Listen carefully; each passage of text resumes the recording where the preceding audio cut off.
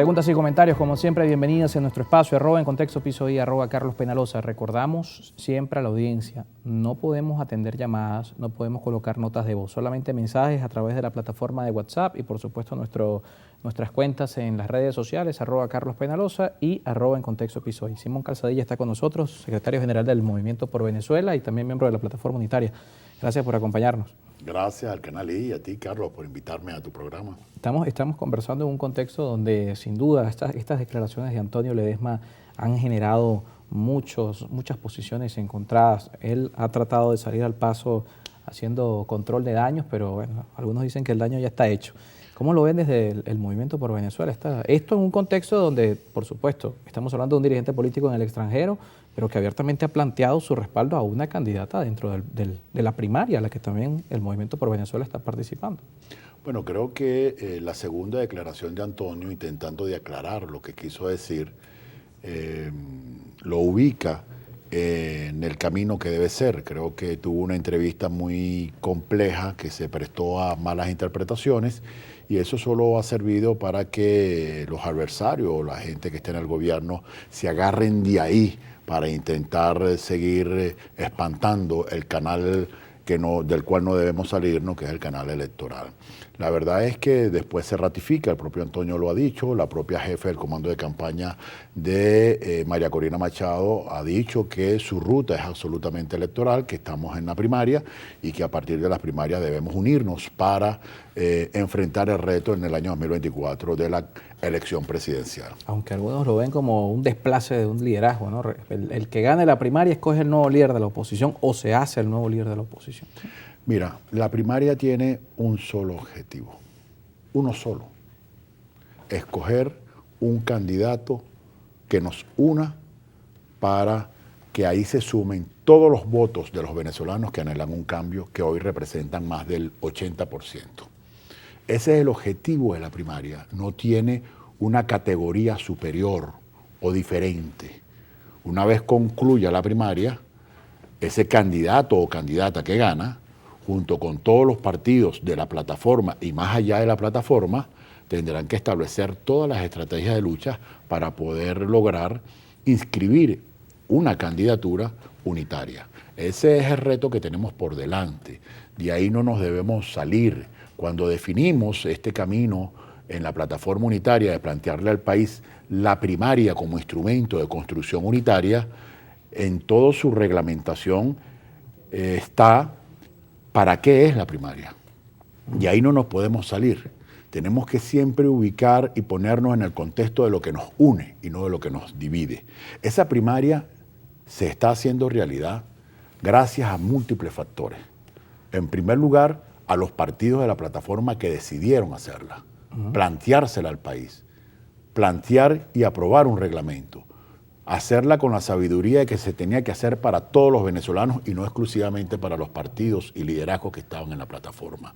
Y gracias a eso están ahorita compitiendo en esta iniciativa política extraordinaria que es la que ha marcado la pauta en el país en los últimos meses. Y gracias a ese planteamiento, liderazgos como el de María Corina, liderazgos como el de Capriles, el liderazgo como el de Próspero, el de Andrés Calecas, el de Roberto Enrique, entre otros, andan en la calle promoviendo el canal electoral, hablando con la gente, y eso se ha convertido en la gran iniciativa política para la participación de los últimos meses. Solamente vamos a tener una primaria exitosa si todos los candidatos y los partidos que la apoyamos trabajamos en eso. Si es necesario la unidad para que la primaria sea exitosa, imagínate lo necesario que va a ser la unidad para poder triunfar y producir el cambio en la elección presidencial del 2024. Hay un reto bien importante dentro de la primaria y una de las dificultades, Luis Vicente León hace unos días acá decía que el principal reto hoy de la primaria son los inhabilitados, porque la primaria hoy, por lo que se ve en las encuestas, que son una fotografía del momento, y ya lo hemos hablado en otras oportunidades acá con otros invitados, tienen como figuras a personas que están inhabilitadas y puede muy bien ganar esa primaria, pero luego viene el reto de poder materializar esa inscripción. Ahí sí, el que gana la primaria es un candidato o una candidata inhabilitado, tocará en primer lugar a todo el pueblo venezolano y a la dirigencia política defender su derecho a que se le permita inscribir en el Consejo Nacional Electoral. Eso será parte de una lucha. Ahora, el resultado definitivo será que no vamos entonces a un proceso electoral si no levantan la inhabilitación. No, ninguno cree que ese debe ser el camino final.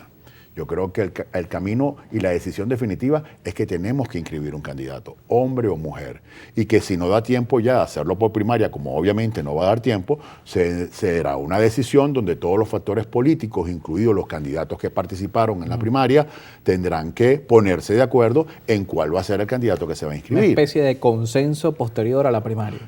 Claro, que lo obligue la situación, si no se logra. No vivimos en democracia y tenemos que actuar conscientes de eso y actuar en función de ir construyendo la mayor unidad posible. Mira, yo te comentaba, Carlos, que el año pasado estuvimos recorriendo el país ante la primaria y decíamos en ese recorrido que la primaria era correcto, era el instrumento para la construcción unitaria que necesitaba el país y que necesita el país y la estamos llevando adelante, pero que no es suficiente.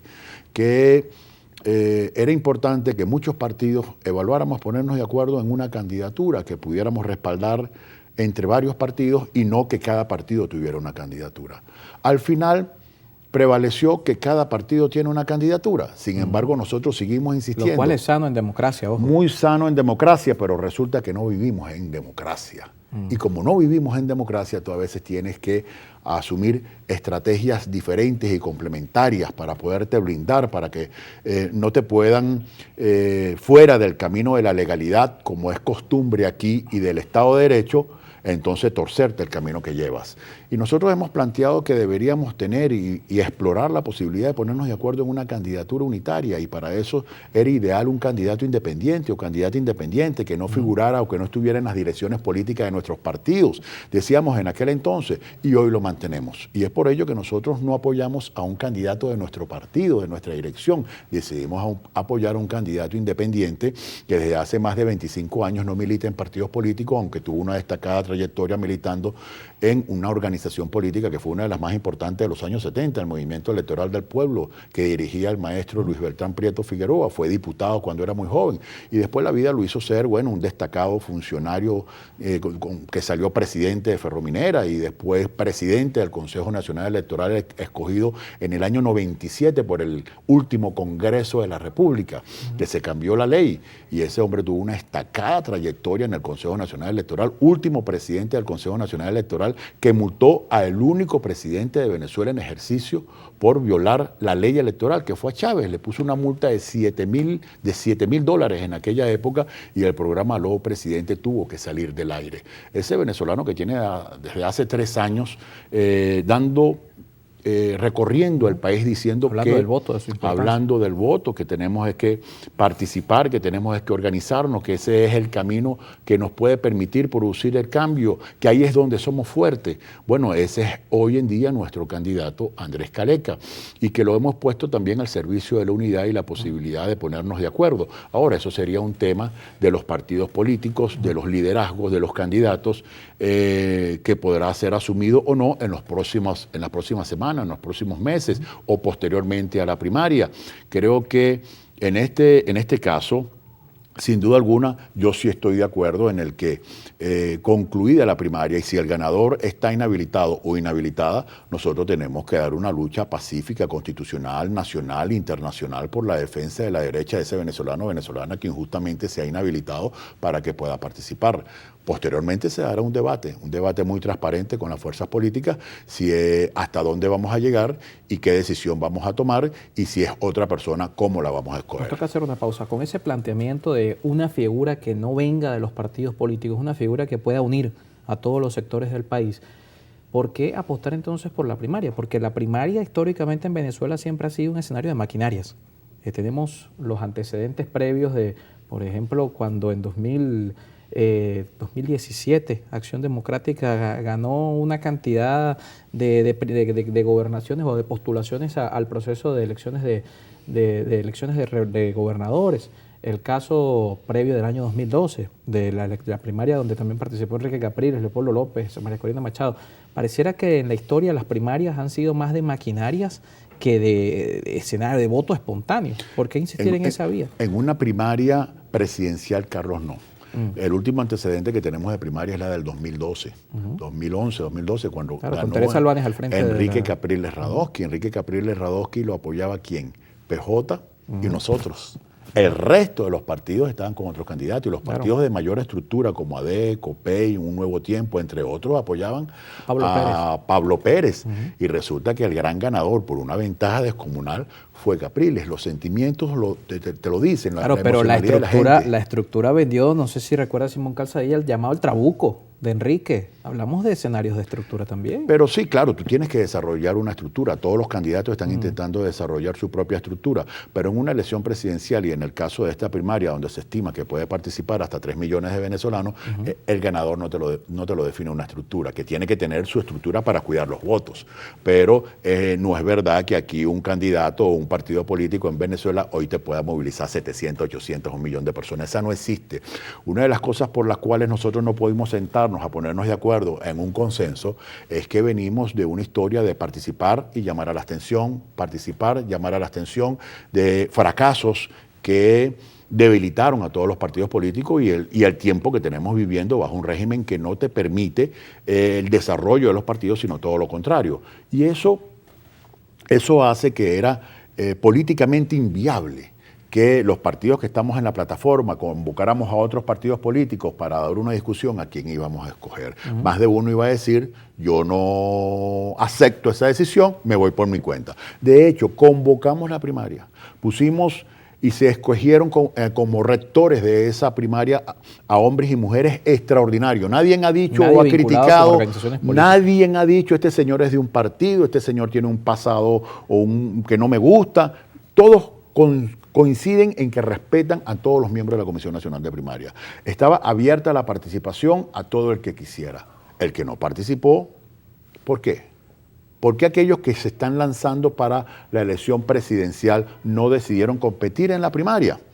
Eso es muy, bueno, lo dijo Benjamín Rauseo muy claramente, ¿no? Dijo, el que no participa en la primaria es algo extremadamente raro, sospechoso. Bueno, y después decidió irse por fuera de la primaria. Y ahora decidió retirarse por completo. Pero es que Benjamín Rauseo dice que esa primaria no es para toda Venezuela, que eso es para un grupito. ¿Pero por qué? Si él se inscribió perfectamente, él fue el que decidió renunciar de manera abrupta, tenía su comando, tengo muchos amigos que estaban en ese comando, estaba trabajando, era un candidato, estaba de segundo en las encuestas. ¿Qué le pasó? Nadie puede, él lo explique algún día, en su vida, en su memoria será, pero lo cierto es que es una primaria abierta a todo el país y es una primaria que en este momento se incrementa día a día, según todas las encuestas, la intención de participación y de voto de la gente en más de un 35%. En paralelo a todo esto está, por supuesto, la expectativa del nuevo Consejo Nacional Electoral. Hablamos de eso al regreso de la pausa con Simón Calzadilla, miembro de la Plataforma Unitaria y también secretario general del Movimiento por Venezuela.